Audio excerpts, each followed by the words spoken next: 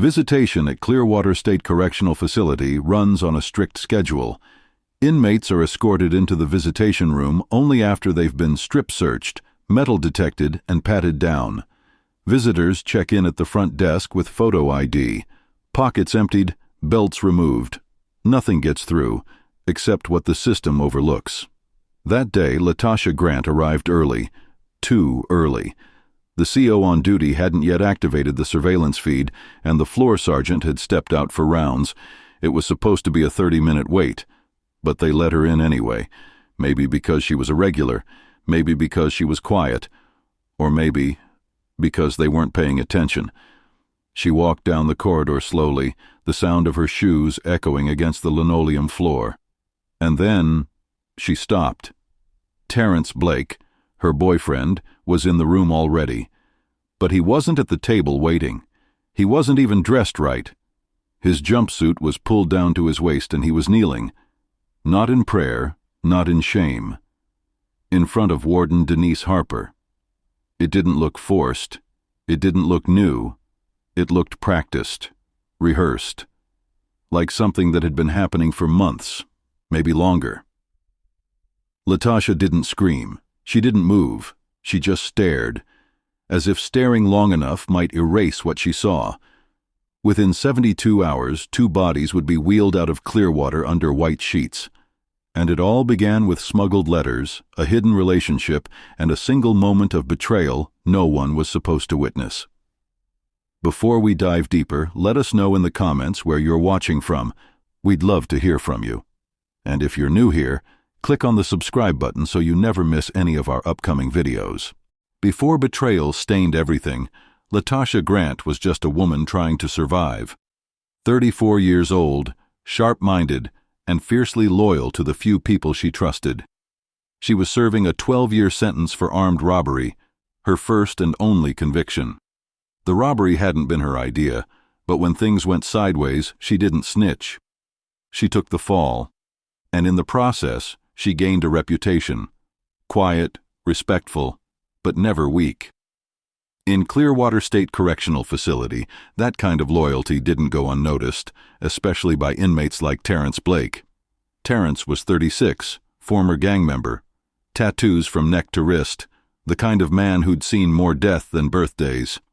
He was doing time too, 8 years for felony assault and gun possession. He and Latasha were housed in separate wings, but Clearwater had its loopholes. They couldn't hold hands, but they found ways to touch. Notes passed through laundry shifts. Commissary items slid into the wrong hands on purpose. And during Sunday church services, one of the only times male and female inmates could share the same room, they'd steal glances across the aisle. That was their love. Quiet, risky, but real. Then came Warden Harper, 49, a former Marine with a sharp jawline and a voice that didn't need to be raised to be heard. Divorced for nearly a decade, no kids, no scandal. She'd run Clearwater for 7 years with an iron backbone and a near-spotless record. Inmates feared her, officers respected her, and the Department of Corrections trusted her. But even in a place built on secrets, there were whispers. Whispers about after-hours meetings, about certain inmates getting transferred to preferred units, about favors traded behind locked doors. The walls of Clearwater were thick, but not thick enough to keep every rumor quiet. After that day in the visitation corridor, something shifted. But even before then, if Latasha was honest with herself, the signs had already started to show. Terrence was pulling away, not all at once, just little things. He stopped sending her notes like he used to, stopped requesting her for visits, even when he had the credits. The warmth in his eyes during church service? Gone. Replaced with a blank stare. She'd wave across the aisle and get nothing in return. Just silence. At first she told herself it was stress. Maybe he was struggling. Maybe something happened on his unit. Clearwater was a hard place. Violence, shakedowns, lockdowns. But then came the whispers, the kind that spread fast on a prison tier. Inmates don't need evidence to start talking. They just need a reason. Yo, your man's getting special treatment. New boots? That ain't from you. Why he walking around with them clean-ass sheets? He got on the phone twice this week. That ain't normal. At first, Latasha brushed it off. She didn't want to be the woman who doubted her man just because other people said something, but the rumors kept coming. Then the privileges started stacking up. Terrence was always first in line at the chow hall. Correctional officers gave him less grief. He had extra phone time, even when the system was backed up. And then one day, he showed up in the yard wearing brand new state boots, while everyone else was still stitching theirs together with string and tape. It didn't add up. Nothing in prison came easy, not unless someone with power was clearing the path.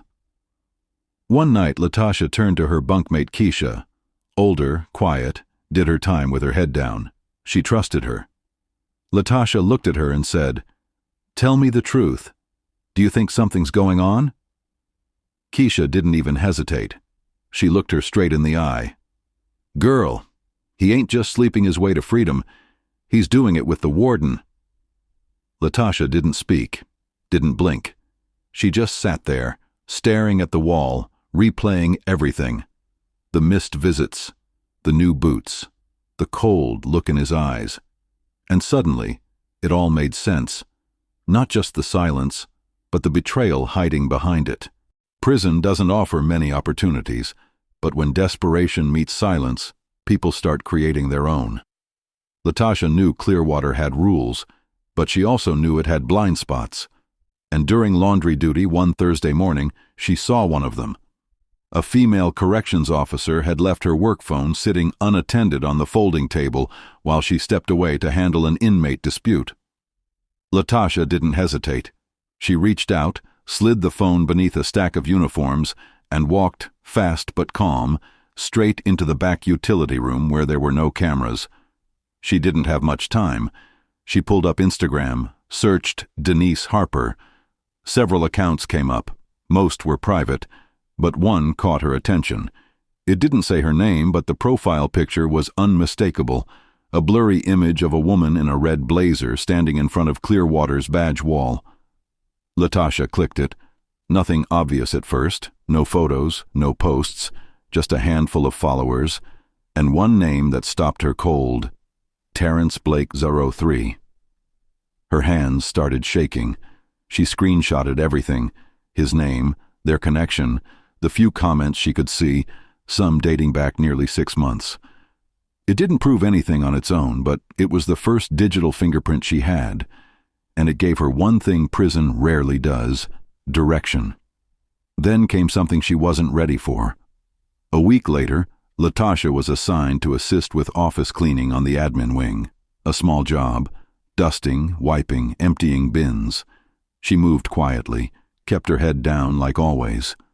But when she reached Warden Harper's desk, she noticed the top drawer was cracked open just an inch.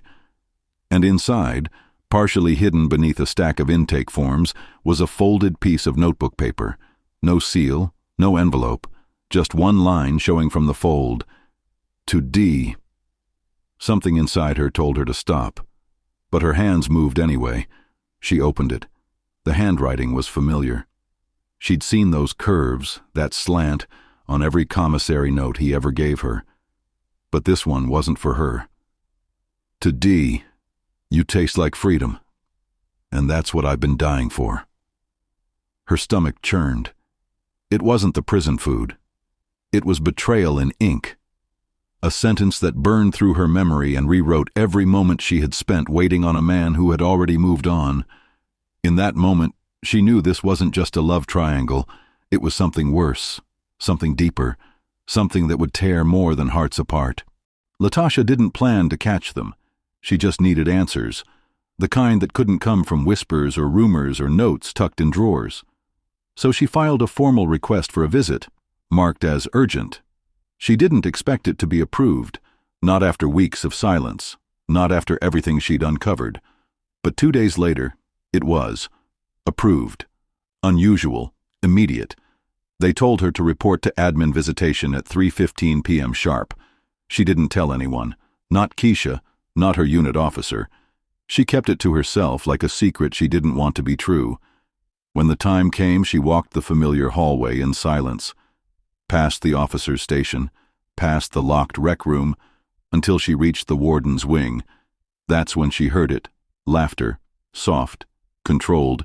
But familiar. The door to Denise Harper's office was cracked open, just slightly. Just enough. Latasha took one step forward, then another. She looked inside. Terrence was there, on his knees, zipper down, and Warden Harper, seated behind her desk, was smiling. Not the smile of someone caught, the smile of someone who never thought they'd be. Latasha didn't gasp. She didn't cry. She didn't give them the satisfaction of a scene. She turned, slowly, quietly, and walked away. Back down the hallway, past the same officers who didn't know they were standing between a woman and the moment her heart turned to stone. That night, she wrote in the one place no one could interrupt, her journal. No edits, no filters, just truth. The only thing colder than the prison walls was his loyalty. And from that moment on, something inside Latasha didn't just shift. It broke. Latasha didn't sleep that night. Her mind ran in loops, circling images she couldn't erase. But when the sun came up, something in her steadied. She decided to fight back, not for Terrence, not for closure, but because in a place like Clearwater, silence only protects power. She wrote the report on a piece of commissary paper. No name, no unit, no handwriting anyone could trace. She folded it twice, placed it inside a cafeteria napkin, and slid it through the internal affairs drop box near the chapel, one of the only boxes not watched by cameras. The complaint was short but clear. Inappropriate sexual relationship between Warden Denise Harper and inmate Terrence Blake. Ongoing.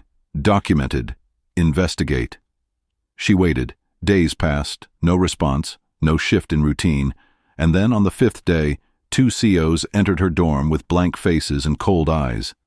"Grant, pack your things. You're being moved." No reason. No explanation. Just silence. They escorted her to a segregation unit. Solitary confinement. A tiny, windowless room with a metal bunk, a toilet, and 4 cinder-block walls. The air was stale, the light never turned off. They told her it was for her own safety, that they had reason to believe she might be in danger. But Latasha knew what this really was. Punishment, the kind that didn't need evidence or due process, just the quiet nod of someone with rank and reach. 7 days passed. Like 7 months. Meals slid through a slot. No books, no mail, no one to speak to. Just her thoughts, her heartbeat, and the echo of what she'd seen. On the 7th night, a message arrived. A small folded piece of paper slipped beneath her door. No name, no signature, but she knew the handwriting. Terrence. The note read, "You didn't see what you think you saw. Keep your mouth shut." That was the moment the love died. And something else was born in its place, something colder, something far more dangerous. Latasha didn't speak after solitary. She didn't cry, she didn't journal, she just went quiet. The kind of quiet that settles deep inside a person when they've lost everything that ever made them feel human. Trust, love, dignity, all gone. She didn't ask Keisha for much, just one thing. A sharpened toothbrush, passed in secret during laundry shift. Keisha didn't ask why. She didn't need to. In Clearwater, certain silences speak louder than questions. Latasha waited. 3 days. She studied his routine. Knew Terrence always played basketball during yard time at 2 p.m.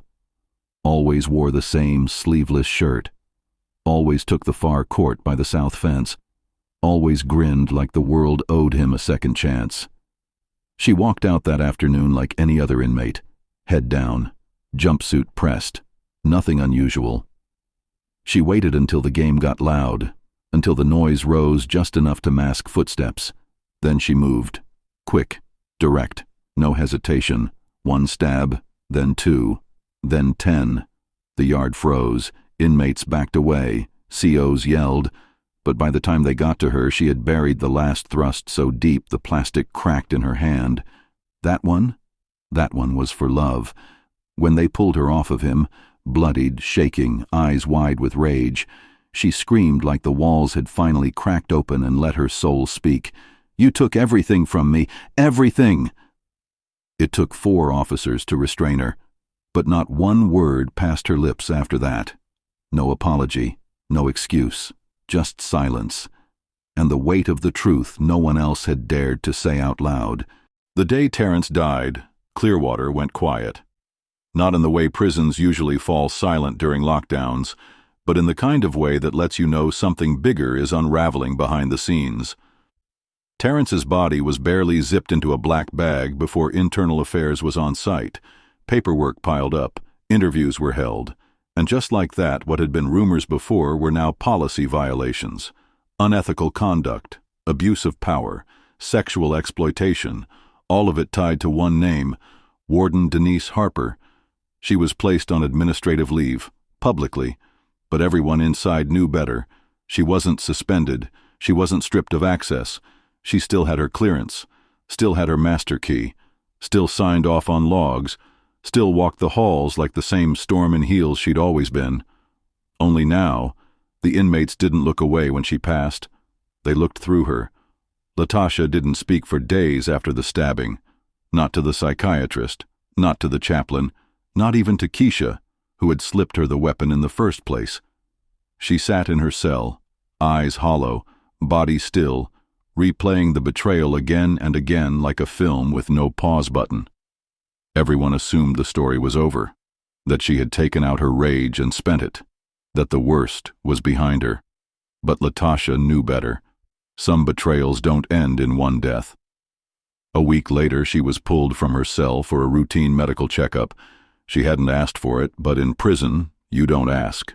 You comply. You stand when they say stand, move when they say move, and keep your head down if you want to see another sunrise.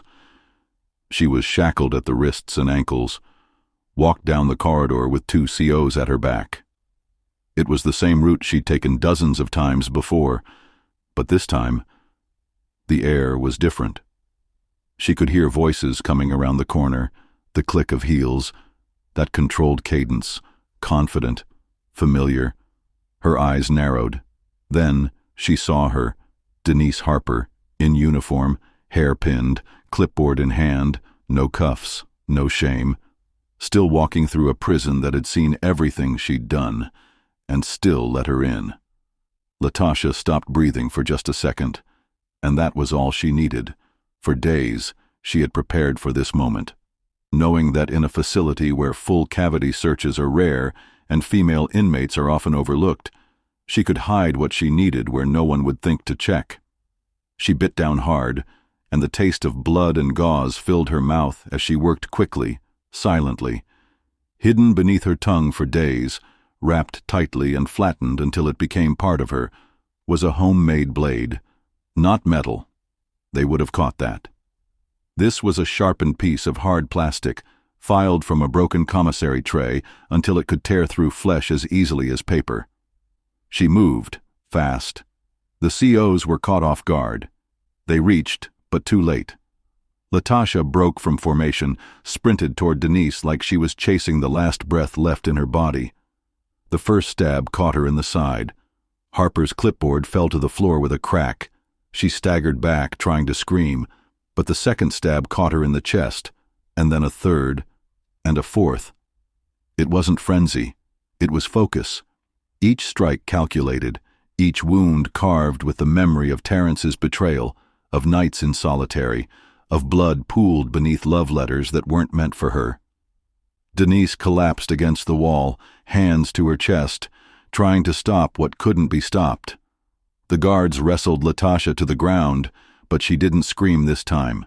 She didn't cry. She just looked at Harper, eyes locked, until the warden's own eyes stopped moving. In those final seconds, there was no shouting, no alarms, just silence. And then the sound of her own breath, shaky, tired, but satisfied. The woman who ran the prison, the one who abused its power, manipulated its trust, and weaponized her position. Didn't expect to die in her own hallway. But Clearwater doesn't forget, and neither did Latasha. By the time backup arrived, it was over. The blood had already formed a dark trail from the edge of the corridor to the corner where Denise's body collapsed. The blade was confiscated. Latasha was dragged down the hall, knees scraped, wrists raw from the cuffs. But she didn't resist, because for the first time in years, she wasn't the inmate who had something to lose. She was the woman who'd lost everything and left nothing behind. Dear Mama, I used to think prison was the worst thing that ever happened to me. The steel doors, the cold floors, the number they gave me instead of a name. I thought that was what broke me. But I was wrong. It wasn't the walls that did it. It was love. It was love that stripped me down to nothing, that made me see myself through someone else's eyes and still feel invisible, that made me wait by the window for letters that never came, that made me hope, and then hate myself for hoping. Terrence. He made me believe I mattered, not because he said it, but because I needed it so badly that I filled in the blanks myself. He didn't force that on me. I walked into it, eyes open, heart stupid. And Warden Harper. She didn't just abuse her power, she weaponized it. She knew how to make obedience feel like safety. She made silence seem like a choice, but it wasn't. The truth is, I gave too much of myself away, long before I picked up any blade, long before the first scream, long before the first blood. I was already bleeding. There's a kind of loneliness that prison gives you, but there's another kind, the kind that comes from loving someone who will never love you back. That kind, it's colder, it's quieter, and it lives longer. I don't write this for pity, Mama. I write this because I want you to know I see it now. The girl you raised didn't die in Clearwater. She was buried slowly under years of needing love from the wrong people and staying silent when her voice could have saved her. I'm not innocent. I know that, but I wasn't evil either. I was lost, and in here, no one tells you what the cost of being lost really is. They just make sure you pay it. Love, Latasha. She never mailed that letter. It was found during a routine shakedown months later, folded beneath her mattress. No envelope, just a name written on the back, Mama. In the end, there was no trial for Denise Harper's murder. No one wanted the details aired. No one wanted to admit what had happened inside Clearwater's walls. But that letter, it told the whole story, not in blood, but in truth. Just when the dust seemed to settle, another letter surfaced. Different handwriting, same story. Another inmate, another woman, another target of Warden Harper's power games. And this one? She'd tried to take her own life back in 2019, left no note, no explanation, just silence. Now, investigators are pulling security logs, scanning archived footage, reopening sealed complaints. They're going back 8 years. 8 years of secrets buried beneath bureaucratic red tape. 8 years of a woman in uniform playing God. Latasha may have spilled the first drop of blood, but she might not have been the first to bleed, or the last. Because Clearwater Correctional isn't just a prison, it's a mausoleum of unanswered screams. And Harper? She may be 6 feet under, but her sins, they're still breathing. In places built to punish wrong, love sometimes becomes the sharpest weapon. It sneaks through steel bars, it dances between power and manipulation, and in the end, it leaves scars deeper than any sentence ever could. Latasha walked into prison as a woman in love. She walked out in handcuffs again, twice condemned. But here's the question we leave with you. Was she simply a murderer, or the final product of a system that broke her, piece by piece? You decide. Drop your thoughts in the comments. Was Latasha a victim, a villain, or something in between?